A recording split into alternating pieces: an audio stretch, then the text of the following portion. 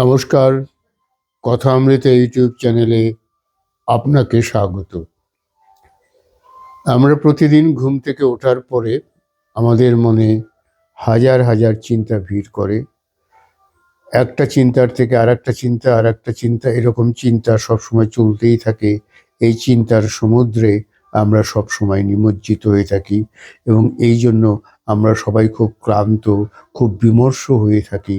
সমস্ত চিন্তাগুলো এসে আমাদেরকে তাড়িত করে, কোনটা কিভাবে করব, কোনটা কিভাবে মেটাবো, কোন সমস্যার সমাধান কি, এইসব ভাবতে ভাবতেই আমরা বিরক্ত, ক্লান্ত এবং অবসন্ন হয়ে যাই।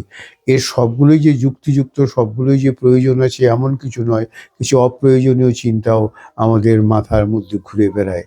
এর থেকে রেহাই পাবার উপায় কি?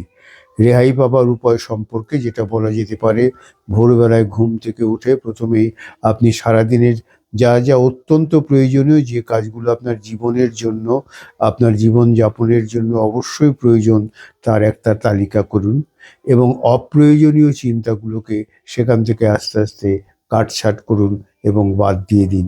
এইভাবে দেখা যাবে দিনের শুরুতেই যদি আমাদের কি করতে হবে, কিভাবে করতে হবে এটা ভেবে নিতে পারি, তাহলে অল্প সংখ্যক চিন্তার মধ্যেই আমরা নিজেদেরকে সীমিত রাখতে পারবো এবং সেই কাজটুকু যথাযথভাবে সম্পূর্ণ করতে পারবো।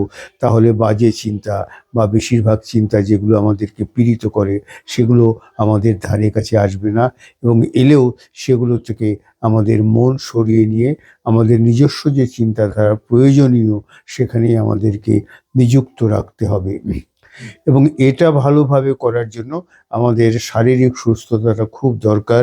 সেই জন্য শারীরিক সুস্থতা আমরা যেভাবে পেতে পারি, সেই ভোরবেলায় ঘুম থেকে ওঠা, কিছু স্বাস্থ্যবিধি মানা, ব্যায়াম চর্চা করা, খাবার দাবারের ক্ষেত্রে যথেষ্ট যত্নবান হওয়া, খুব তাড়াতাড়ি ঘুমোতে যাওয়া এবং 7-8 ঘন্টার দীর্ঘ ঘুম, যাতে আমরা পরিচ্ছন্ন হতে পারি, শুদ্ধ হতে পারি, এই জিনিসগুলো আমাদের দরকার।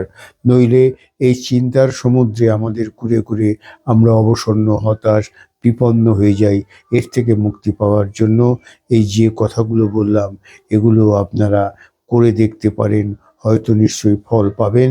ভালো থাকবেন, ভালো রাখবেন, দুশ্চিন্তা মুক্ত থাকুন, দুশ্চিন্তা মুক্ত হয়ে সুন্দর সুস্থ জীবনযাপন করুন।